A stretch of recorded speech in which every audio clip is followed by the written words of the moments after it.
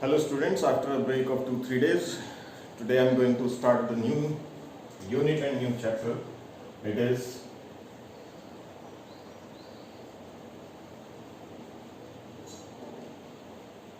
current electricity. Now, as you know that in previous two chapters we discussed about the static charges and their properties, and the basic property of static charges is that they create electric field around them. Now we move on to the next section. What happens when a charge starts to flow from one point to other? We already know, you have seen that in class 10th, that when charge starts flowing, it is called as an electric current. So a current forms when a charge starts flowing from one point to other. Now this current is nothing but the charge flowing per unit time. Current flowing through a conductor is the amount of charge passing through any of its cross section. Suppose we take any cross section, then how much Q is passing through this cross section per unit time is called as the electric current. Now since this charge will not be constant generally, because the number of charges that are passing through the cross section will not remain constant if you see microscopically. Means if you go to the minuteness, if you look at the situation properly, minutely, then this charge passing through the conductor will not be constant throughout. So we take that I is equal to limit delta t tends to 0 del q upon t. This you can take delta t delta q. So the current is the change in concentration of charge, or you can say simply the charge passing through the cross section.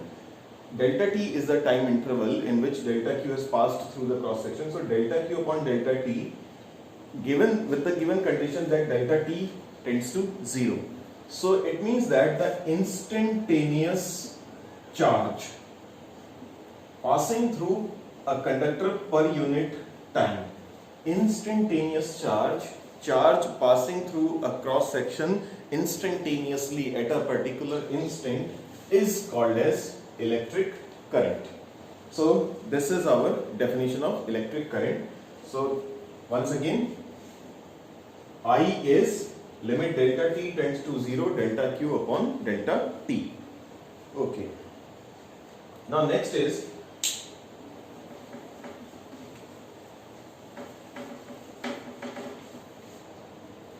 so what will be the unit of SI unit of electric current?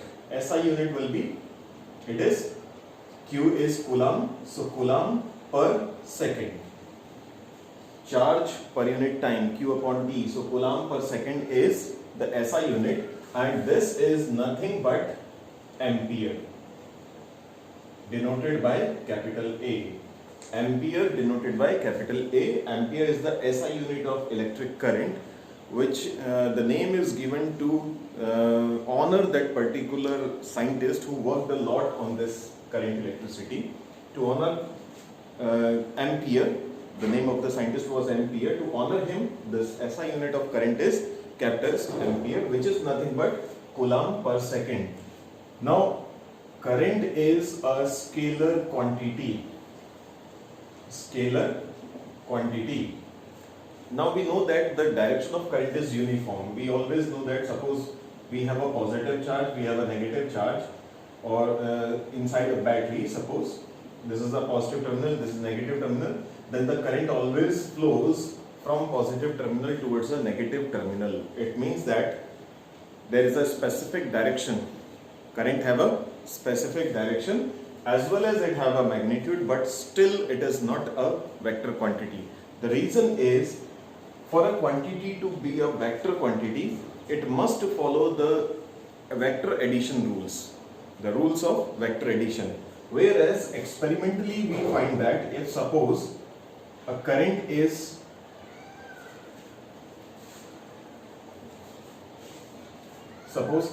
coming through this branch 2 ampere and current coming from this branch is 3 ampere, then it should be, this current should be 1 ampere as per the vector addition rule. because the direction is opposite. So if you take p square plus q square plus 2pq cos 180, so the vector, as per the vector addition, it must be 3 minus 2 means 1 ampere. But experimentally what we find, it is 5 ampere, which is equal to 3 plus 2.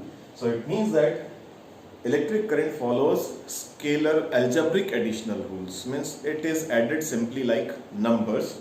So since it does not follow the vector addition rules, it is not a vector quantity, in spite of the fact that it have a specific direction as well as magnitude also. Okay.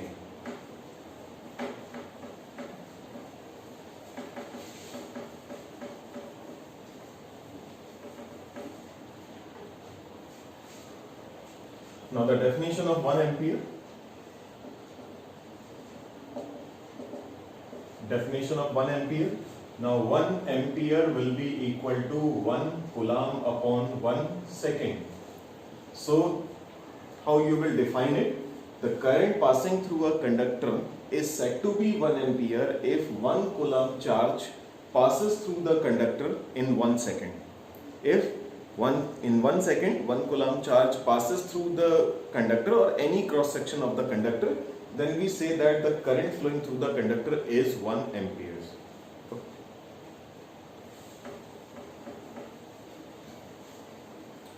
Okay, this was about the basic definition of electric current. Now we move on to the first topic, that is Ohm's law. Ohm's law, and it was given by George Simon Ohm. It was given by George Simon Ohm in 1828. It's a very important law, but it is not always followed. There are many conditions where this law fails, but still it is one of the fundamental laws of electric current. The law states that the potential difference applied across a conductor, this is potential difference, not potential, the potential difference, we know that suppose we have a conductor A, B, if here the potential and here potential will be equal, the charges will not flow from A to B. Charge always moves when there is a potential difference. So if VA will be more than VB, then the current will flow from A to B. If VB is more than VA, then current will flow from B to A. So the Ohm's law states that, the potential difference applied across a conductor is directly proportional to the current passing through it, with the given condition that the physical conditions remain constant. Physical conditions like temperature and pressure, etc. If the physical conditions are constant, if the physical conditions are not changing, then the potential difference applied across a conductor is directly proportional to the current passing through the conductor. This is Ohm's law. Now from here, V equals to Ri, where R is a constant of proportionality whose value depends on nature of material of conductor as well as its dimensions. So this is a constant, which is, this R is a constant of proportionality, and it was found that its value depends on the nature of the material. Means if it is copper, then it will be different. If it is silver, R will be different, as well as it depends on this on the dimensions of the conductor. If you have a spherical conductor, then this R will be different. If suppose you have a copper, you have a sphere made up of copper, and you have a cylinder made up of copper with the same copper, but their R value will be different because it depends on the dimensions also, the shape of the conductor also. So this R, this is called as resistance of conductor. This R value is called as the resistance of the conductor. Okay. Alright, so we can write here how much is R? It is V upon I. Now from here we can define this R. How? The potential difference applied. Suppose if I take, for the definition purpose, suppose I take I equals to 1 ampere, then R becomes equal to V. So resistance of a conductor is numerically equal. It's numerically equal to the potential difference applied across the conductor, given that 1 ampere current is passing through it. Suppose we have a conductor and 1 ampere current is passing through it, then whatever is the potential difference, whatever is the magnitude of potential difference, numerical value of the potential difference, that will be equal to the value of its resistance.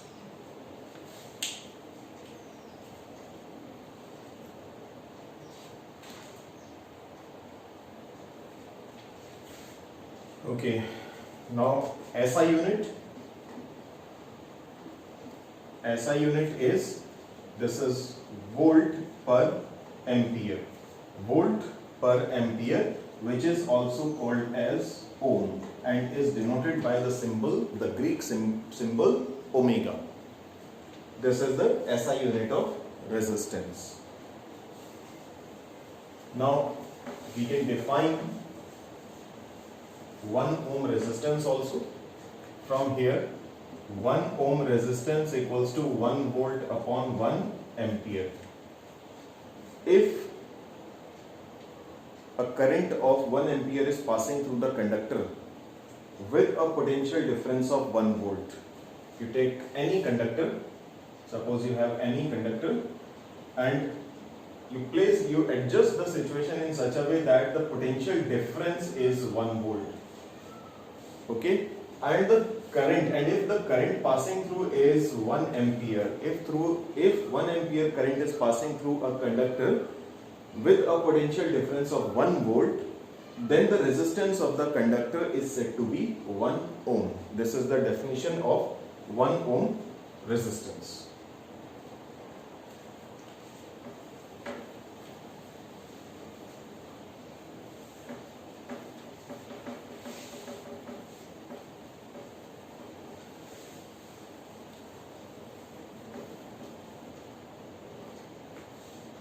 Now next term is specific resistance.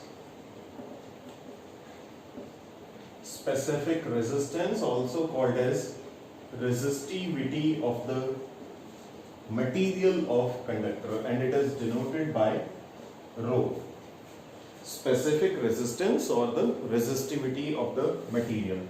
So it is experimentally observed that R is proportional to L. The resistance of a conductor is directly proportional to the length of the conductor, is inversely proportional to the area of cross section. Actually, resistance is the opposition to the flow of current offered by the conductor through which the current is passing. Now, it is mainly because suppose we have a conductor, and if current will pass through it, then current is nothing but the flowing electrons, the passing electrons, charges flowing through the conductor, and it is clear that protons are tightly bound to the nucleus. So only charges which can flow through the conductor are negative charges. It is actually the electrons, and that too the valence electrons. They are in conductors, they are loosely bounded to the nucleus and they become free to move. So when the electron current is flowing through the conductor, these electrons will pass through the conductor. Now while moving through the conductor, they will collide with the atoms of the material of conductor. As a result, whenever they will undergo a collision, there will be some resistance to its flow, and that is actually your resistance of the conductor. Now if suppose length will be more, then the electron will suffer more number of collisions when passing through the conductor. So resistance will be more. Therefore, it varies directly to the length of the conductor. Now, if the cross-sectional area will be large, like this, then the gap between the atoms of the conductor will be more, and therefore the probability of happening the collision will decrease, and therefore the resistance will also decrease. So if you increase the cross sectional area, resistance value will decrease. So therefore from here you can say R is proportional to L upon A, or R is equal to rho L upon A, where rho is a constant of proportionality whose value depends on the nature of material of the conductor.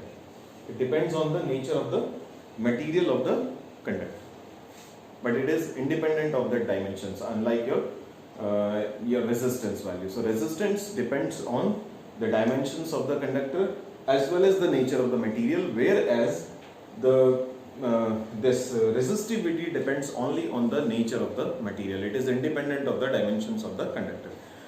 Also, resistance depends on the physical conditions also, like pressure and temperature. It is independent of that too. Okay. So this is your rho. So from here you can say rho equals to R A upon L. A will be multiplied, L will divide. So rho equals to R A upon L. So if you take L, if I take L equals to 1 meter, A equals to 1 meter square, then rho will become equal to R.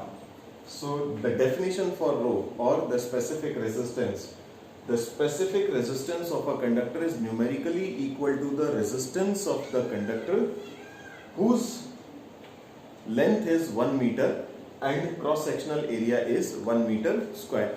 Or in different way you can say like this also: the resistivity of a conductor is numerically equal to the resistance of a unit length and unit cross sectional area conductor.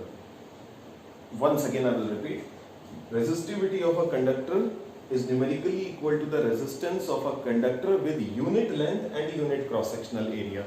This last definition will be the better one. Once again, finally, resistivity of a conductor is numerically equal to the resistance of the conductor with unit length and unit cross sectional area. Okay, so from here you can define its, you can write down its SI unit also. SI unit will be for rho. SI unit is R is ohm, A is meter square upon meter. So cancelled. This is equal to ohm meter. This is the SI unit of resistivity.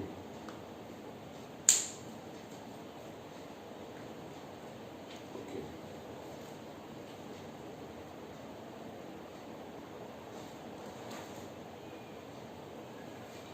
So this term resistivity, this resistivity value is low for the conductors. The materials, natural materials whose resistivity value is low, they are conductors. Whose value is high, they are insulators, and the materials which have this value in between, they are semiconductors.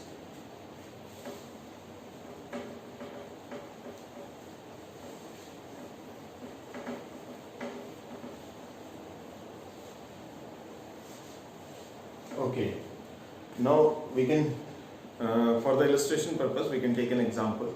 Suppose we have a copper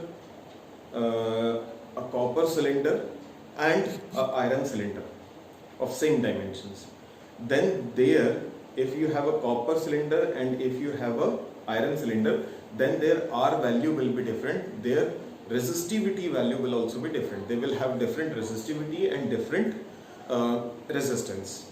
Now, if you have a copper sphere and a copper cylinder, then they will have different resistances, but they will have same resistivity.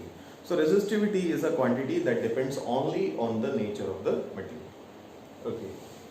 The next term is conductance, denoted by C, and this is nothing but the reciprocal of the resistance. Resistance is the opposition to the flow of current. Conductance is the property of the conductor that allows the current to pass through it. It is just the reciprocal of resistance. So for conductors like iron or silver or gold, their conductance value is high and resistance value is low. For insulators like wood, their resistance value is high and conductance value is low. Okay, so SI unit will be, SI unit is 1 upon ohm, or it is called as ohm inverse, or this is also called as mho. Ohm, just reverse of that, mho.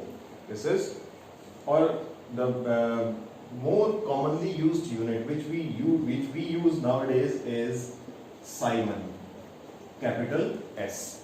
Simon is the unit of conductance.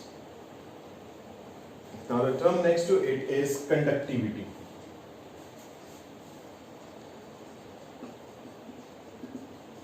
Conductivity, which is sigma, and it is nothing but the reciprocal of the resistivity.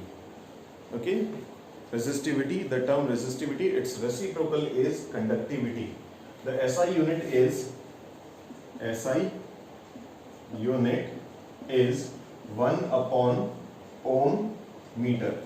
That was 1 upon ohm meter. So it is ohm inverse meter inverse.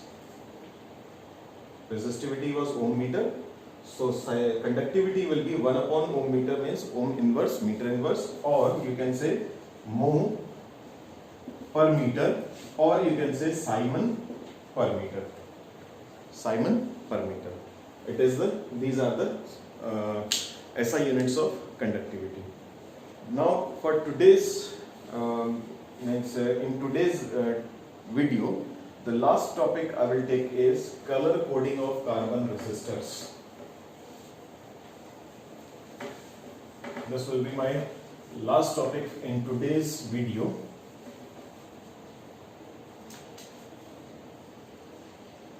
Color coding of carbon resistors. Carbon resistors are one of the most commonly used resistors, and generally their size is so small that it is very difficult to print the number on the conductor. So to identify the value of resistance, what the magnitude of the resistance, we have a definite method, and that method is called as the color coding of carbon resistors. Now color coding is something like this. Suppose you have a carbon resistor like this, then it will have rings of different colors. One ring, suppose this is A, the other ring B, the other third ring, it will be C, and in some cases they have a fourth ring also, which is marked on the carbon resistor with some gap from the three other rings. From the three basic ring, there is a little bit gap, and then there is a fourth ring also sometimes. Now, how to identify the value? For that we have this table, color, then number, and then multiplier. Now we have, for just to remember, okay, I will tell you that method to remember afterwards. Black, then brown, then red, orange, yellow, green,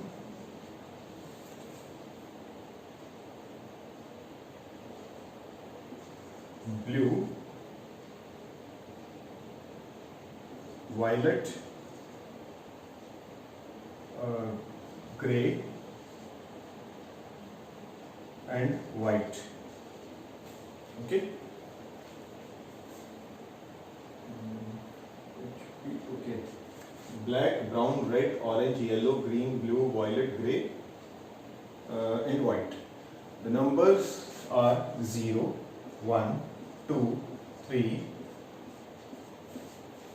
4, 5, 6, 7, 8, and 9. These are assigned numbers to these colors, and the multiplier is 10 raised to the power 0, 10 raised for 1, 10 raised for 2, 10 raised for 3, 10 raised for 4, 10 raised for 5, 10 raised for 6, 10 raised for 7, 10 raised for 8, and 10 raised for 9.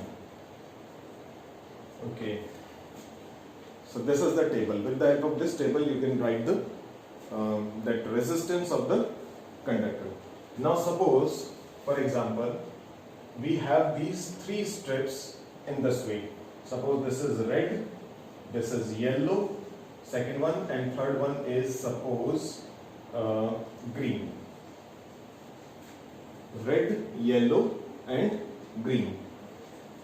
The first two bands will give you the two significant values, and the third band will give you the value of the multiplier. So the first one is red, and the value associated with red color is 2. So it will have the first significant value is 2. Second band is yellow in color, its value is 4. So second significant value is 4. And the third is green. Green have the multiplier value 10 raised to 5. So the third band will give you the value of the multiplier. 24 into 10 raised to the power 5. This is your value of the resistance. Okay, 24 into 10 raised to 5 is the value of the resistance. Now what about the fourth band? Fourth band have a different table, and it is like this. It tells you the you can say the tolerance. It gives you the fourth band is the band of tolerance. This is tolerance band. This is multiplier band, the third one, and these two are significant values. Significant values means first significant value, second significant value into the multiplier, and finally the tolerance, plus minus. Tolerance means how much the value can change in different conditions, means how much it can increase or decrease. Now that for the tolerance band, you may have three colors in tolerance band.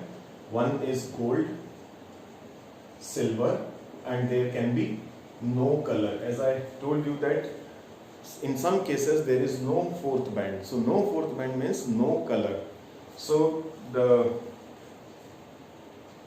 gold will have this 5% tolerance, silver will have 10% tolerance, and no color means 20% tolerance. So this will be if suppose you have a fourth band which is colored with gold color, then the resistance is 5%. Then the resistance of the carbon resistor is 24 into 10 raised to 5 plus minus 5% O. This is the resistance of the conductor.